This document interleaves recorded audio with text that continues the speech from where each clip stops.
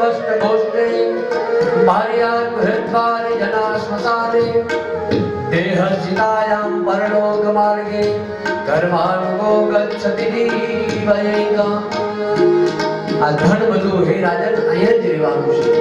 ધનાની ભૂમો પશવષ્ટ ગોષ્ઠે આ પશુ પંખી જે કંઈ છે ને આ બધા એના ગમાણ સુધી ત્યાં સુધી જ રહેવાના।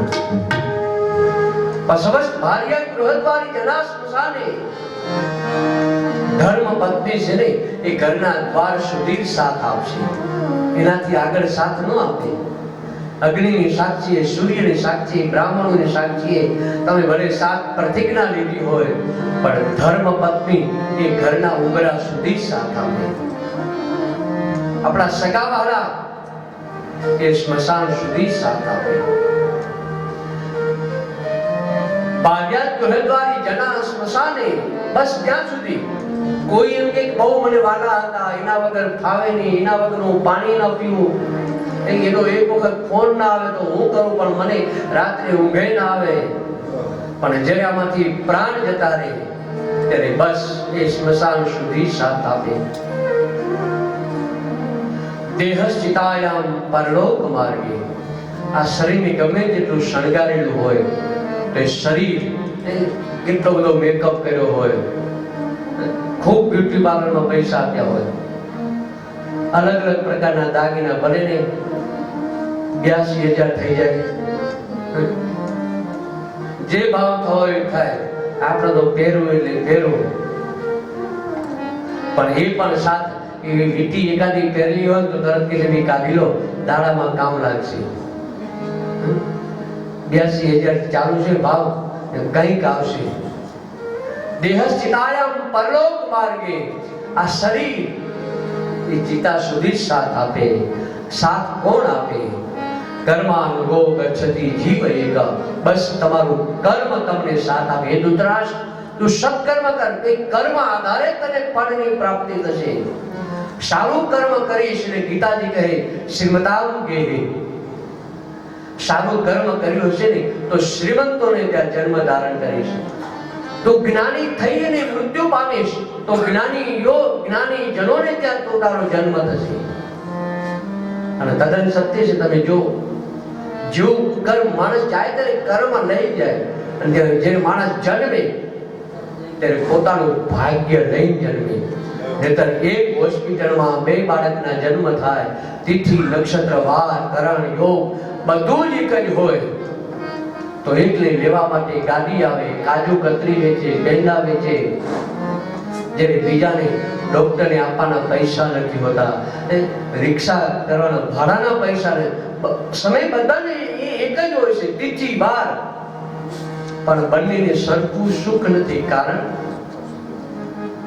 પોતાનું ભાગ્ય લઈ જન્મે। હે ધૃતરાષ્ટ્ર, સારું કર્મને આધારે તું કર્મ સારું કરી, એક કર્મને આધારે સારા ફળની પ્રાપ્તિ થશે।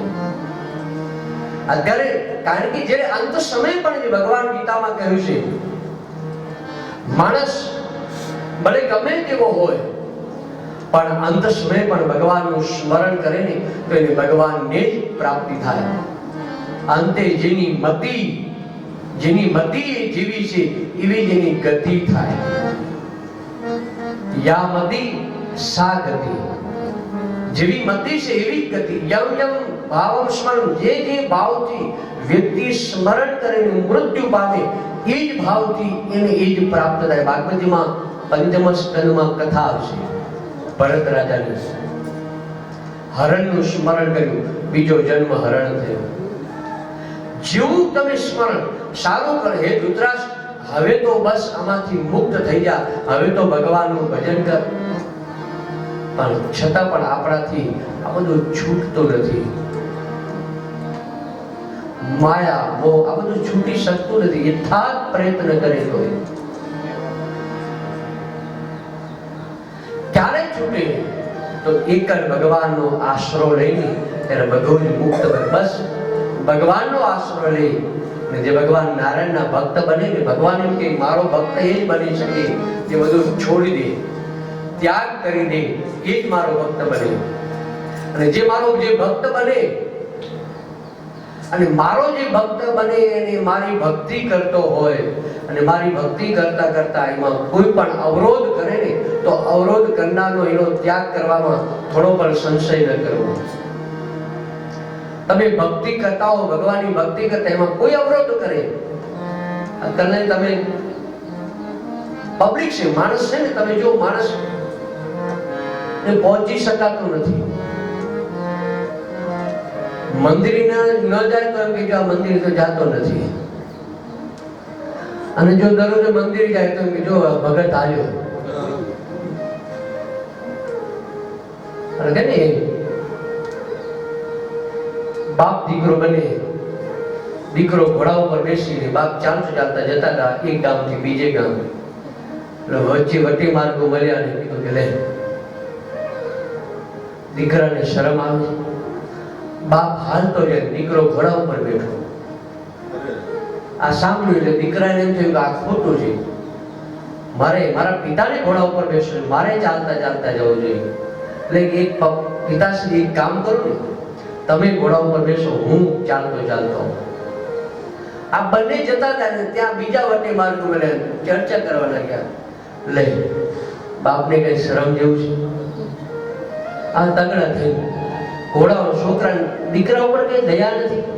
કેટલું કઈ પુણ્ય કર્યું હોય, કેટલું સત્કર્મ કર્યું હોય ત્યારે દીકરો જન્મે, દીકરા ઉપર થોડો દયા ભાવ નહીં, ઘોડા ઉપર બેસાતો હોય. અને વિચાર કરો, એક કામ કર, દીકરાને બેસાડી દો.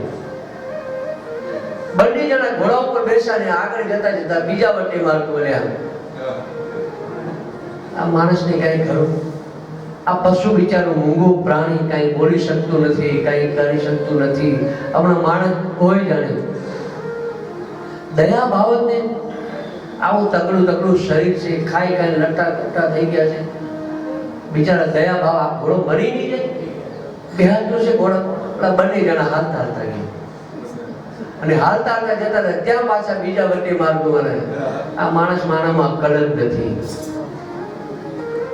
ઘોડો હોવા છતાં હાલતા હાલતા જાય. એમ દુનિયાને ક્યારે પહોંચી શકાતું નથી. તમે ગમે તેટલું આમ કરો તેમ કરો તો લોકો તો કંઈક ને કંઈક કહેવાના છે. અરે તમે મંદિરે જાઓ તો તમારી એ નિંદા કરવાના છે. જો ભક્તાની હાલ્યા કેમ સોસાયટીમાં બેઠા, તમે 4 વાગે કીર્તનમાં જાઓ તો તરત જો ભક્તાની કીર્તનમાં હાલ્યા, નિંદા તો કરે. આપણે ગામડામાં ખેતર જેને હશે ને એ બીજ આપણે વાવીએ, બીજ વાવીએ ને, બીજ વાવ્યા સિવાય બીજું નકામું ઘાસ ઉગે નથી. વાવ્યું છતાં પણ એ ઉગે ઉગે ને ઉગે. તમે રીંગણા લેવા જાઓ ને તો મારે ડીટીયા નથી જોતી, એમને માપ તો ન આપે. એ આપ એ લેવા જ પડે અને એનો ભાવે ચૂકવવો જ પડે. તમે આનો ભાવ અલગ કરી નાખ તો ન થાય. એના હાથે જ એ બીજ વાવ્યું છે તો એના જોડે બીજું ઉગવાનું છે, અને એ ઉગે તો તમારે શું કરવું પડે? એનું નિંદામણ કરવું પડે. અને જે કઈ નિંદામણ કરવા માટે માણસો આવે ને એને પાછા આપણે ગામડામાં કે દાડી પૈસા પણ આપવા જોઈએ. જે નિંદામણ કરવા આવે ને એને તમારે પૈસા પણ આપવા જોઈએ. એમાં આપણે મંદિરે જતા હોય ને આપણું ભલે નિંદા કરે ને, ગમે તે નિંદા, પણ આપણે જે કીર્તનમાંથી ભજનમાંથી આવે ને એને પ્રસાદ તો આપવો જોઈએ. કેમ કે દુનિયા છે, નિંદા તો કરવાની છે. રામ જેવા રામને નથી છોડ્યા, કૃષ્ણ જેવા કૃષ્ણને નથી છોડ્યા, તો આપણને ક્યાં આ બધું છોડીને કેવળ તોય ભગવાનનું ભક્ત ગમે તેવો માણસ, એ માણસ એવા વ્યક્તિ, તમે ભગવાનનું ભક્ત ગમે ભક્તિ કરો, એમાં ભક્તિની અંદર સતત ભગવાનનું મનન ચિંતન કરતો રહેવું. ભગવાન નારાયણનું ભક્તિ સતતમય રહે. હે ધૃતરાષ્ટ્ર, હવે આજે વિશ્વામાંથી તું મુક્ત થા, ભગવાનનું ભજન કર. અને એ વિદુરજીના કહેવાથી ઉત્તર દિશા તરફ પ્રયાણ કર્યું. અને એ ઉત્તર દિશા તરફ આપ પણ કદાચ હરિદ્વાર ગયા હોય તો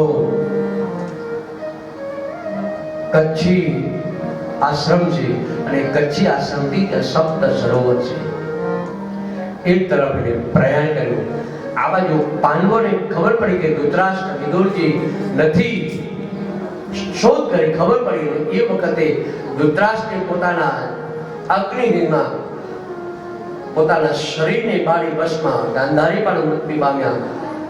પાંડવોને વિચાર થયો હવે આપણે પણ છોડી દેવું જોઈએ. અને એ વખતે સમય વીતતા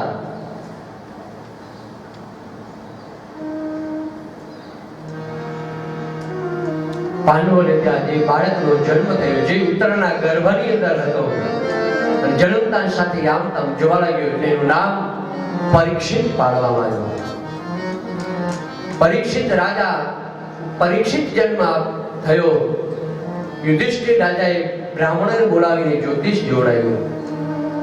તે બ્રાહ્મણે કહ્યું કે આ શૂરવીર થશે, આ દાનવીર થશે, આ ભક્તિ ભાવ વાળો થશે, તેજસ્વીતા થશે, અર્જુન સહસ્ત્ર બાણ જેવો એવો પરાક્રમી થશે.